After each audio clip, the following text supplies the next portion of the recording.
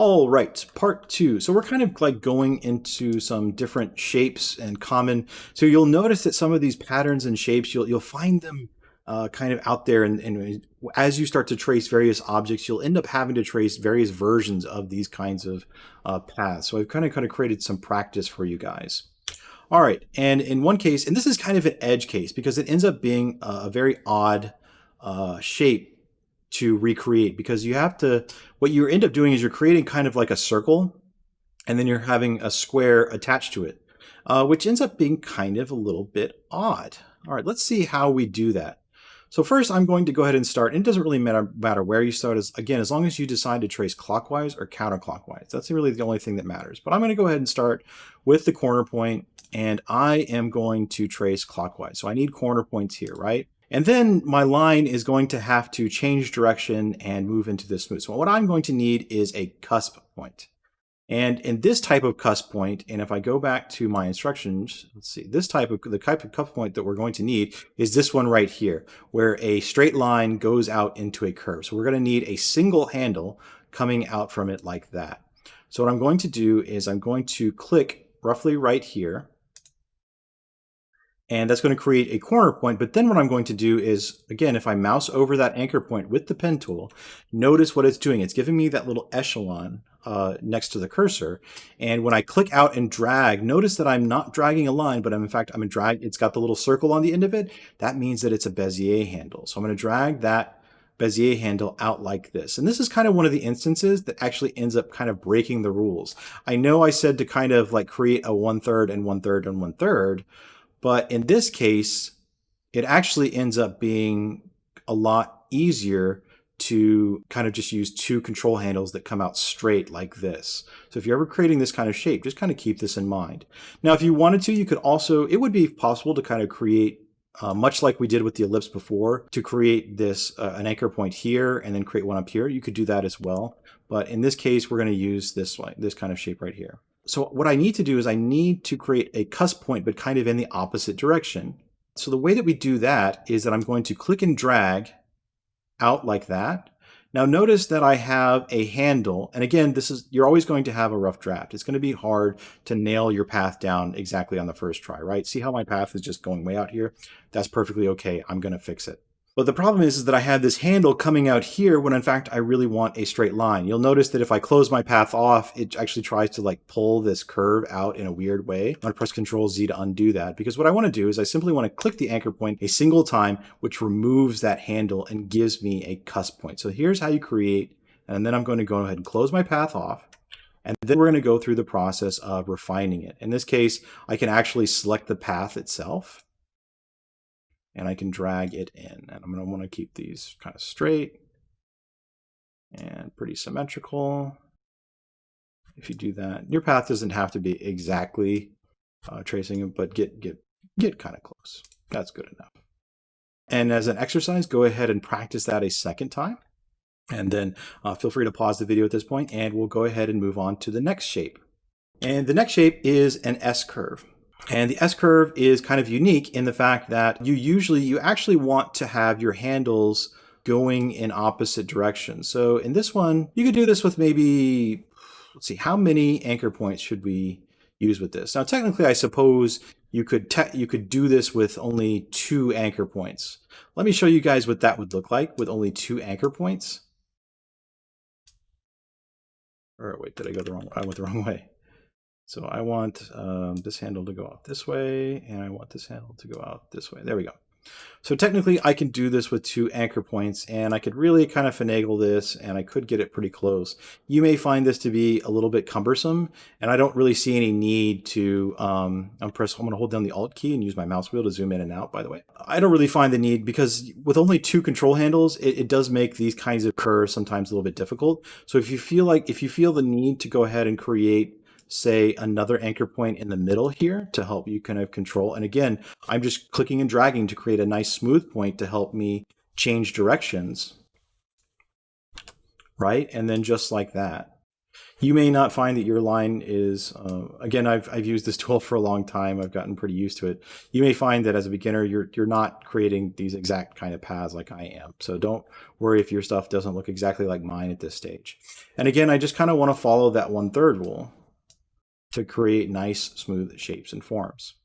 So again, this curve, so I'm just kind of treating it like two curves going in opposite directions. I have 1/3, 1/3, and 1/3, kind of the ball being pitched, being thrown and then flying and then caught and then thrown, flying and then caught, 1/3, 1/3, and 1/3. It's a really rough figure. It doesn't really have to be exactly 1/3 every single time. But what it does do is it kind of helps you create a little bit smoother paths and shapes. You may find that you need some time with this one, so go ahead and pause the video and feel free to practice this one. Make sure you complete both of these, and then we'll move on to the next one. On to the next one, and we have this kind of smooth, wavy line path. Now, one of the things that we could do with this smooth, wavy line is one of the things that's probably a little bit difficult when you're first starting out with the pen tool is where do you put your anchor points? With this one, I'm going to go ahead and just kind of do something that looks like this. And again, I always start with a rough draft of my path. Don't expect your paths to look... Now, I have some experience. Again, I have some experience with this pen tool. So your paths might look... I'm going to undo a few times just to kind of... Your paths, you may not know where to put things. Your paths may look something like this, right? That's perfectly okay. As long as you're kind of... In this case, do we have... You just need to ask yourself, do we have any corners? No, there are no corners on this object, on this shape. And then so that means that we need to have just smooth points to help change the direction of the line. In this case, there's actually two different ways that we could draw this one. And again, I'm just going in and refining it based on that 1/3 rule every single time, 1/3 every single time. And if you guys need help with this, don't be afraid to ask me for it inside of Teams. I don't mind giving a little bit extra lesson when I have some time over some of these things, because it is not an easy tool to learn. It's not an easy tool to learn. Now, alternatively, we could create a path a little bit like this as well. So there is some flexibility in where you put these and how many anchor points you use, and there is a little bit of flexibility in where you put these anchor points. So in this case, I put them kind of in the troughs and the crests of this wavy line. And again, as long as I kind of refine and I kind of find that nice happy 1/3 rule with these handles. And in this case, the handles are kind of going in opposite directions, but I still want to follow that 1/3 rule. So it's almost like, I don't know, the 1/3, the open area is kind of hard to imagine, but it is there. In this case, I probably want to bring that one in, and it just, as you guys do this, as you guys get more practice with this, you'll start to see these small differences in your shapes when you refine and spend some time refining it. Now, the one thing to avoid with these is, and I'm just going to delete what I just drew there. The one thing to really avoid is far too many anchor points. So if you're creating lots and lots of anchor points, this is a huge headache for yourself. So really try to keep the number of anchor points to a reasonable minimum. Is there a perfect number? No. But this number of anchor points, I'm going to have a very, very hard time trying to 1/3 rule. Like, this is going to take me forever to edit this path and get it looking right. What would be much simpler is if I just grab my pen tool and I start deleting some of these anchor points, and then, oh, this is almost like a breath of fresh air. Oh my gosh, this is going to be way easier to edit because I just simply don't have the same number of handles to repair. Repair might not be the right word for it, but to kind of refine. Refine is a good word for it. All right, so go ahead and complete these two wavy lines.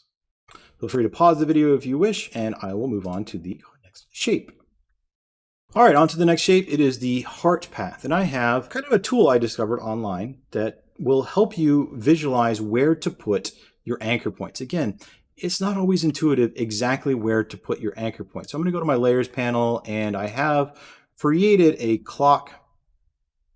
Incidentally, if you want to select so I can click here inside of my layers panel, and I can select the layer itself, right? But you'll notice that on my artboards here, the paths themselves are not selected. If you want to select the paths, what you can do is you can click the meatball, and you'll notice that the paths themselves inside of that layer have been selected. You can see here with the purple, pink box here, and if I fly out that path, you'll notice that the meatball, I can select individual objects inside of there with the meatball. So I'm going to use the meatball to select this clock, and then I'm going to drag it over, and I'm going to use it as a guide for myself. I'm going to press the V key because I want to edit this as a whole object or as a group. This is a grouped set of paths right here. It's got some text inside of it.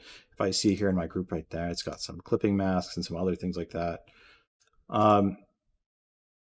And what this clock is going to do is I'm going to use it as a guide to help me know where to put my anchor points. I'm going to drag it off to the side here and shrink it down a little bit. I'll hold down the shift key to kind of maintain proportions, although this thing's going to get contorted here in just a second. Now, as I draw the heart, you might ask yourself, where do I put my anchor points? Where do I start? A good starting point, I suppose, as a beginner, or as you get until you get more used to the tool, is wherever you see corner or cusp points is usually a good rule of thumb of where to start. So obviously you could start down here at the bottom, or you could start here at the top. I'm going to go ahead and start at the top. You may start at the bottom as you wish. Again, it doesn't really matter where you start, but as long as you work in this case, in a clockwise fashion. All right, so if I click and drag here, I know I need a cusp point. And I'm going to show you guys how to create a cusp point in just a second. We don't need to worry about this handle kind of coming down here yet. We only need to worry about the positioning of this handle. So you might ask yourself, well, where do I put my next anchor point? Like if I don't know where to put this handle, like maybe do I put it here? Is that the right place to put it? And do I put one here maybe? Or wait, do I put one here? It gets a little tricky in where to know where to put anchor points. So what you want to do is you want to imagine a clock face, or you could literally put this clock face on here. And I'm just going to contort this to kind of show you guys where to put your anchor points. So you want to put your anchor points at the 9 o'clock, the 12 o'clock, and the 3 o'clock in this case. Whatever shape, whatever curvature shape you're tracing, this clock shape is kind of what you want to imagine. So I want an anchor point. I want to make sure I'm on my working layer. I want to put one at the 9 o'clock. And then I want to put one at the 12 o'clock. And you may be wondering, well, wait, okay, this is okay. It's perfectly okay to have wonky paths at this point. Just try to get the type of anchor point correct. In this case, I want we're going to fix that one in a second when we close our path, but I want a smooth path here, and then at the 3 o'clock, right? So I want a smooth point again. All right, so there we go. The 12 o'clock, the 3 o'clock, and the 9 o'clock. And if you want to hit Control Y to hide those things so you can see those things a little bit easier, yes, your shape is going to look really, really weird. Don't worry, you're going to fix it towards the end. Now, as I get to the bottom shape of this heart, what I'm going to need is a cusp point, which it's like a corner, but there's going to be curvature coming out of that corner. So what I'm going to do is I'm going to click and drag just like I do with a smooth point, but before I let go of the mouse key, I'm going to hold down my Alt key. And when I hold down that Alt key, it breaks those handles into cusp points. So I have a cusp point there, and I'm simply going to, I'll do that a second time just to make sure everybody got it. I'm going to click and drag just like a smooth point, and then I'm going to hold down my Alt key, and I'm going to drag this handle. I know it's supposed to go somewhere up here, so I'm just going to kind of leave it right there. Doesn't matter if that's correct or not. And then I'm going to imagine my clock face, right? The 12 o'clock, the 3 o'clock, and the 9 o'clock. So the 3 o'clock, or I guess it would be the 9 o'clock in this case if we inverted the shape correctly. So the 9 o'clock would be about right here. I know it needs to be a smooth point, so I'm going to click and drag. I know I need another smooth point somewhere around the 12 o'clock. This is not. And then I'm going to need to create a point like that. I'm going to go ahead and hit the eyeball to hide my clock like that. All right, so it doesn't get in my way, and we need to start refining our shape. And we have a problem here. I have, and I've kind of done this deliberately, I've created a smooth point when in fact we need a cusp point. So we're going to need to know how to fix that. But before we kind of dig into that, let's refine our shape based on that 1/3 rule. And you'll notice pretty quickly, aside from this, we can ignore this line right here. You'll notice pretty quickly that as you sort of follow that 1/3 rule, the handles will come in. Now, one thing to be very, very careful about while we're on this subject, it is very easy, and I'm just going to show you guys. I'm going to hold down the Alt key to break those handles. It is very, very easy to make the mistake of creating, I'm going to hold down, I'm going to very deliberately create a cusp point here. And then I'm going to continue on with my path. Now, in this case, I want a cusp point here, but you'll notice that I've created and I'm just going to quickly finish that out. You'll notice that I've created a cusp point when in fact I want a smooth point. That's a bit of a problem. Now, I could try to sit here and, fake it and try to get this thing to line up. Oh my gosh, that is the hard way of doing it. Not to mention the fact that as you refine and make these little changes here, you may want to move this around and oops, did I create a weird shape here? Yeah, let's avoid creating those kinds of problems. Okay, so I'm going to show you guys how to fix these anchor points here. So let's start with this smooth point, which I need to convert to a cusp point. What I'm going to want to do is underneath my pen tool, you'll notice, so if I click and drag, so right quick, if you're not familiar, you may be new to Illustrator, so if you see this little triangle at the bottom of anything in the pen tool, that means that there are tools hidden underneath that tool. So I click and hold that tool, you'll notice that it will display the tools hidden underneath that tool. And I can even fly off a little panel that will help me display those tools. I don't really need it for just those two tools, but you can do that with some of these more complicated things like that. So if you click and hold these, it actually displays here. In the case of the pen tool, we have our anchor point tool. And what the anchor point tool will do, if I grab my Bezier handle, it will convert the anchor point from one type to another. You'll notice that it broke those handles. If I grab my A tool to do that right quick, you'll notice that I now have a cusp point. So if you grab that anchor point tool, and if you be very, very careful with this tool, any anchor that I grab, I'm going to now create into a cusp point. If I end up editing my path, then I end up accidentally creating cusp points where I may not want them. And no matter how hard you try, if a cusp point is a cusp point, it will distort your shape and form. You're going to create a lot of problems for yourself. Now, let's say I have the opposite problem in that I have a corner or a cusp point, could be either one, and I want to convert it into a smooth point. Well, I can grab my anchor point tool and I can click and drag out from the center. So notice what I did here. I did that a little fast, sorry. If I click the anchor and I click and drag out from the center of that anchor point, I can redraw those handles, and now I have a nice smooth point. And now I can return to my A tool. Make sure you return to your A tool for editing. And now I can refine those shapes. So this anchor tool, it used to actually be called the convert anchor point tool because it tends to want to convert anchor points in from one type to another. And in true Adobe fashion, this is not the only way to do things. Using the anchor point tool, you can end up with some other circumstances where you need to create other types of anchor points. It's a little bit hard for me to go over every eventuality. You also have some options inside of the properties panel. If you have a single anchor point selected, you can convert it to a smooth point simply by clicking convert buttons located in your properties panel. So that is another way of converting anchor points. Feel free to use whichever way you wish. However, the anchor point tool tends to be a lot more versatile, as I have no way of converting to a cusp point. So that is all of the basic areas. Make sure that you refine your heart down to much better than I have here, and get your shapes and forms looking very, very nice, much like the example here. So get your path nice and refined so that it looks pretty smooth. None of this, none of this.